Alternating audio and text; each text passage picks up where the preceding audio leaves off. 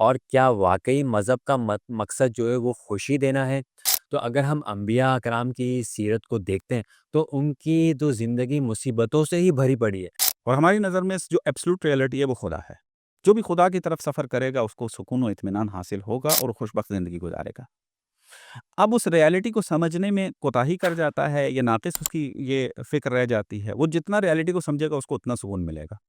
مسیحیت بھی اسی خدا کی طرف ہے، یہودیت بھی اسی خدا کی طرف ہے، اور اسلام بھی اسی کی طرف دعوت دے رہا ہے، اور باقی بھی تقریباً اسے، اگرچہ بدھزم جو ہے وہ خدا کے کنسپٹ کو نہیں رکھتا، لیکن آپ اس کی نظام کو اگر دیکھیں تو کہیں نہ کہیں جا کر اس کی تصور ایجاد ہونا شروع ہو جاتا ہے، اگرچہ وہ ماننے کے لیے تیار نہیں ہے، لیکن آپ اس کی عمل کو ظاہر بھائی میں ایک کتاب پڑھ رہا تھا رچرڈ ڈاکنز کی، تو رچرڈ ڈاکنز جو ہے وہ گاڈ ڈیلیوژن ان کی کتاب ہے، خدائی دھوکہ۔ تو اس میں رچرڈ ڈاکنز کہتے ہیں کہ 4 لوگوں کو جو ہے وہ میری کتاب پڑھ کے مذہب کو چھوڑ دینا چاہیے۔ ایک وہ لوگ ہیں جو کہ اپنے مذہب سے خوش نہیں ہیں۔ تو کیا اس کا مطلب یہ ہے کہ جو لوگ اپنے مذہب سے یا مذہب کی پریکٹس سے خوش نہیں ہیں ان کو الحاد یعنی ملحد ہو جانا چاہیے؟ اور کیا واقعی مذہب کا مقصد جو ہے وہ خوشی دینا ہے؟ تو اگر ہم انبیاء اکرام کی سیرت کو دیکھتے ہیں تو ان کی تو زندگی مصیبتوں سے ہی بھری پڑی ہے۔ اگر آپ کہیں گے کہ خوشی دینا ہے تو انبیاء کی زندگی دیکھ لیں، اگر خوشی نہیں دینا ہے تو ایسے مذہب کا فائدہ ہی کیا جو مجھے خوشی نہیں دے رہا ہو؟ تو اچھا اگر مذہب کا مقصد خوشی دینا ہے تو کون سا مذہب، کون سا دین، کون سا کلام؟ ہندو، بدھ مت، عیسائی، یہودیت، یا کوئی بھی شاید ایتھیزم بھی انسان کو سکون دیتا ہے نہیں دیتا، یہ تو مجھے نہیں پتا، لیکن کون سا دین؟ تو اگر آپ اس کے اوپر تفصیل فرمائیں، اگر آپ جواب دینا چاہیں تو۔ پہلے میں آپ کا یہ جواب دینا چاہوں گا جو آپ نے رچرڈ ڈاکنز سے نقل کیا ہے کہ جو بندے دین سے تنگ آ چکے ہیں وہ ایتھیزم کی طرف آ جائیں، اس کو اسلام چھوڑ دینا چاہیے، دین چھوڑ دینا چاہیے۔ تو میں یہی بات کروں گا اس کے اوپر، کیا یہی لازمہ بنتا ہے کہ جو دین سے تنگ آئے ہوئے ایتھیزم کی طرف آئیں؟ نہیں، بعض اوقات دین کے اوپر اب جو ہے وہ عمل صحیح نہیں ہو رہا ہوتا، اب اس کا راہ حل کیا ہوتا ہے کہ آپ اس عمل کو ٹھیک کریں۔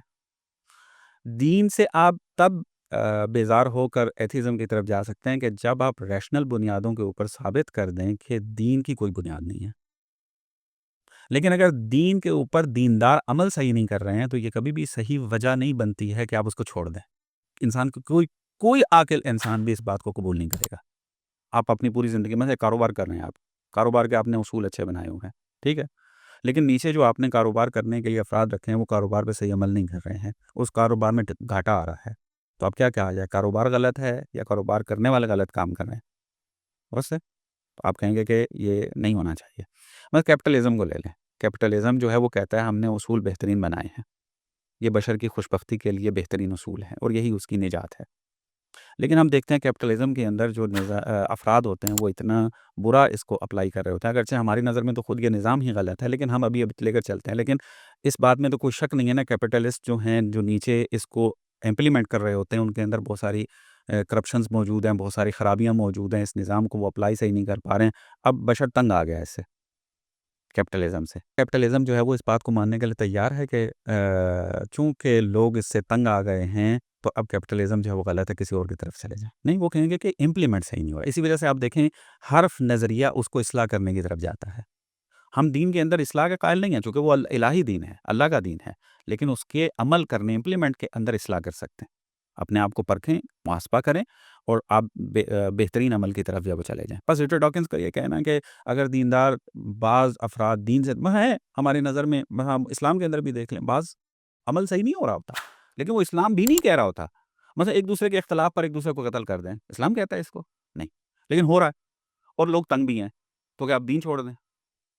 عقلانی نہیں ہوگا کہ یہ اصل کوئی بھی عاقل انسان چاہے دین کو نہ مانتا ہو، اس کو کہا جائے کہ میں اس لیے چھوڑ رہا ہوں چونکہ یہ آپس میں لڑ مر رہے ہیں، میں اس لیے چھوڑ رہا ہوں، کہے گا نہیں بھائی، چھوڑنا نہ چھوڑنا، قبول کرنا نہ کرنا، یہ دلیل کی بنیاد پہ ہونا چاہیے، اور کسی کو لڑتے مرتے دیکھ کر چھوڑ دینا جو ہے یہ دلیل نہیں ہے، تو کوئی بھی عاقل انسان کو ماننے کے لیے تیار نہیں ہے۔ تو میرے خیال میں یہ اسٹیٹمنٹ جو ہے رچرڈ ڈاکنز کی بے بنیاد ہے، اس کو اس طرح آپ نہیں بیان وہ کر کہہ سکتے۔ رہے ہیں خوشی دینا نا دین کا ہاں، دوسری بات اس طرح میں آتا ہوں، اب یہ کہ دین جو ہے وہ خوشی دینی چاہیے تھی، نہیں دے رہا۔ پہلی بات تو یہ آپ خوشی کو ڈیفائن کریں، خوشی کہتے کس کو ہیں، درست ہے؟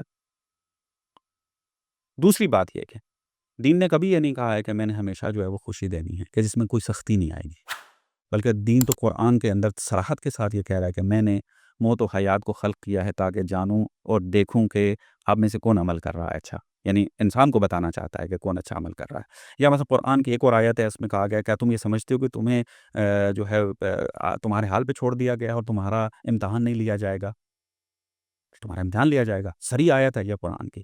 ایک جگہ کہا جا رہا ہے کہ ہم آپ سے جو ہیں وہ امتحان لیں گے، تمہاری اولاد سے، تمہارے مال سے، تمہیں مال دے کر بھی، تم سے مال لے کر بھی امتحان لینا۔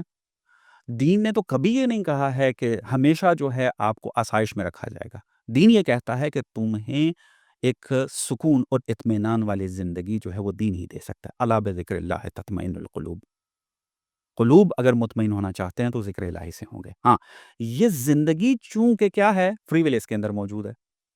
اب فری ول کے ہوتے ہوئے آپ یہ تو نہیں کہہ سکتے کہ ہمیشہ ایک ہی جیسی زندگی گزرے گی، کیونکہ ایک ہی جیسی زندگی وہیں گزر سکتی ہے جہاں پر جبر ہو، جہاں پر فری ول ہو وہاں ایک جیسی زندگی نہیں گزر سکتی، چونکہ ہر بندے نے اپنی مرضی سے عمل کرنا ہے، اور جہاں پر اپنی مرضی سے عمل کرنا رائج ہو جائے اور فری ول رکھتا ہو ہر انسان، تو وہاں پر حتماً مفاد ٹکرائیں گے۔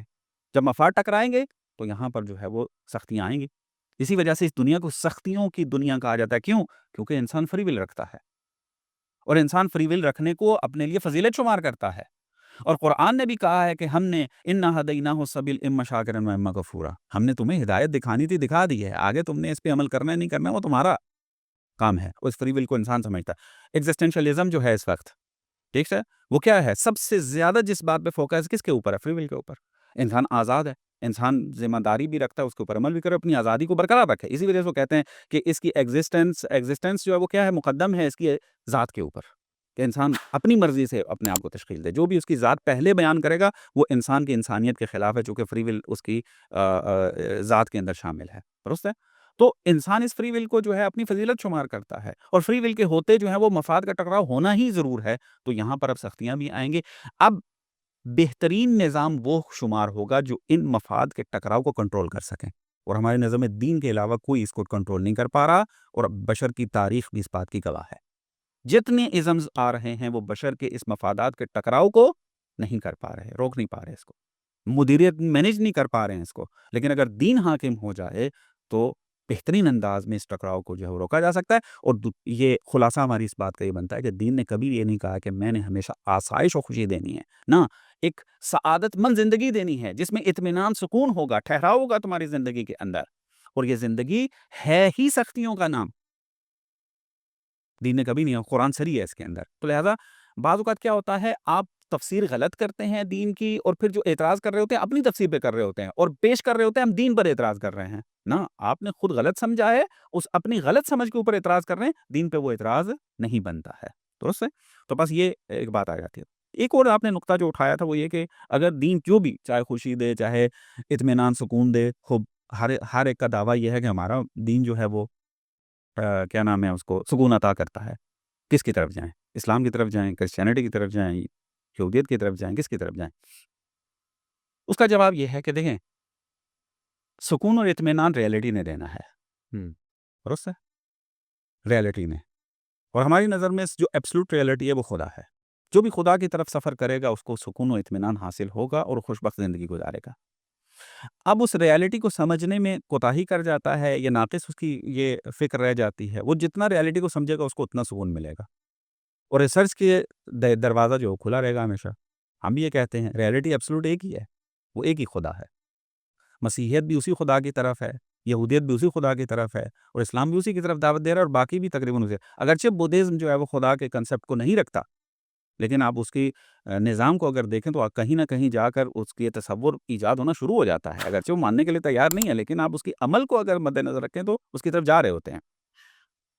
تو ہمیں اس ایبسلوٹ ریئلٹی کی تلاش میں رہنا ہے۔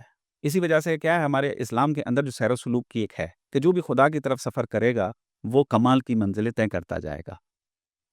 اب بشر نے یہ دعویٰ تو نہیں کیا ہے کہ ہر کوئی جو اس کو ثابت کر چکا ہے۔ اسلام کہتا ہے کہ میں نے ثابت کیا یہ ہے۔ اب میرے جیسے انسان کے لیے دلیل جو ہے وہ بنیاد بنے گی کہ میں نے کس کو فالو کرنا ہے، نہ یہ کہ ظاہری طور پر کون سکون دے رہا ہے۔ سکون تو میں نے کہا ٹمپریری بھی حاصل ہو جاتا ہے، اسی وجہ سے آپ دیکھیں کہ کتنے مسیحی جو ہیں وہ مسیحیت کو چھوڑ رہے ہوتے ہیں، کتنے بدھسٹ جو ہیں وہ بدھزم کو چھوڑ رہے ہوتے ہیں، کتنے ہندوازم کو چھوڑ رہے ہوتے ہیں، باوجود اس کے کہ وہ کتنے مسلمان جو ہے وہ اسلام کو چھوڑ رہے تھے۔ وہی عرض کر رہا ہوں، یہ جو چھوڑ رہے ہوتے ہیں اس میں اب آ کر پھر بھی جب یہ چھوڑتے ہیں واپس بھی پلٹتے ہیں۔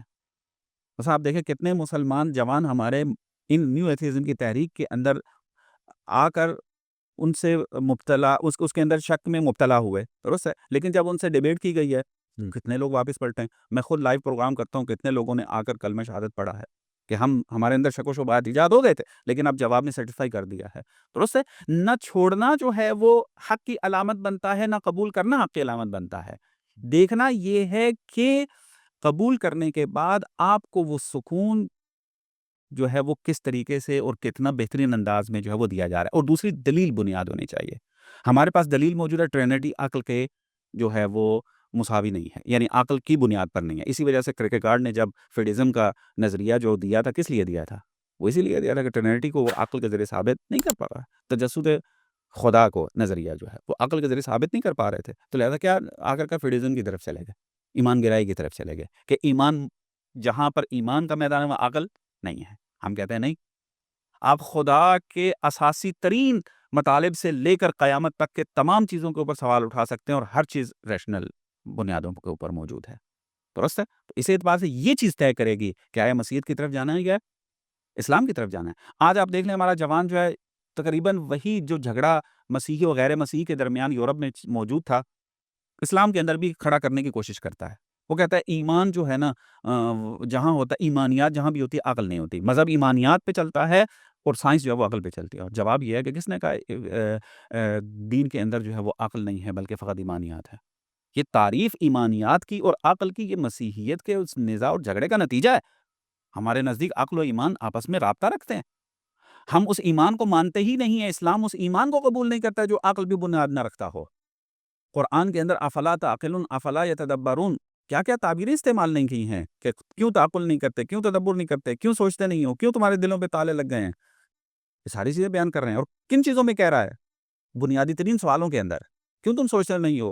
اف اللہ شک فاطر السماوات والارض، سوالات اٹھا رہا ہے، بشر کو کہہ رہا ہے افلا ينظرون الى الابل کیف خلقت، کیوں نہیں دیکھتے، سوچو، تفکر کرو، درست ہے۔ تو اب یہ چیزیں ہیں، ہم نے دیکھنا یہ ہے کہ کون سا اس دین جو ہے وہ اس طرح بشر کی عقلانیت اور اس ریشنل بیس جو ہے چل کر بشر کے سوالوں کا جواب بھی دے رہا ہے اور عمل کے اندر جو ہے اس کو سعادت مند بھی بنا رہا ہے۔ یہ دلیل نے طے کرنا ہے۔ ہم چونکہ مسلمان ہیں، دلائل رکھتے ہیں کہ اسلام جو ہے وہ ریئلٹی، ایبسولوٹ ریئلٹی ہے کہ جس کی طرف دعوت دی گئی ہے۔ مسیحیت تھی اور یہودیت تھی، ہم اس کو ایبسولوٹ ریئلٹی کی طرف سے ہی مانتے ہیں، خدا کی طرف سے ہی مانتے ہیں، لیکن اب خدا کی حکمت یہ تھی کہ جب ایک دین کو میں جب دوسرے دین کے اندر یا ایک شریعت کو دوسری شریعت کے اندر بدل رہا ہوں تو آپ نے اسی کو فالو کرنا ہے۔ لیکن یہ وہاں پر کھڑے ہو گئے، مسیحیت نے جو ہے وہ وہاں پر یہودیت جو ہے اس نے مسیحیت کو قبول نہیں کیا، اگرچہ خدا ہی نے جو ہے وہ اس کو نازل کیا تھا۔ مسیحیت جو ہے پھر کھڑی ہوگی اسلام کی طرف نہیں آئی ہے۔ اگر یہ سفر طے کرتے ہوتے، خدا کے فرامین پہ عمل کر رہے ہوتے، انبیاء کی باتیں مانی ہوئی ہوتی انہوں نے، تو کہیں پر بھی آپ کو یہ تنوع، یہ کم از کم ادیان ابراہیمی میں تبدیلی آپ کو نظر نہ آ رہی ہوتی۔ یہ خود بشر کی وجہ سے ہے۔ بہرحال یہ دلائل کی بنیاد پہ ہم بھی یہ نہیں کہتے کہ جو ہم کہہ رہے ہیں اس کے مطابق عمل کریں۔ اصل چیز ہے خدا کی طرف جانا۔ اب جو خدا کو صحیح طریقے سے متعارف بھی کروائے اور خدا کو صحیح طریقے سے ثابت بھی کرے تو وہی چیز حقیقت ہوگی، اور اسی کو قبول کرنا عقل کا تقاضا ہے۔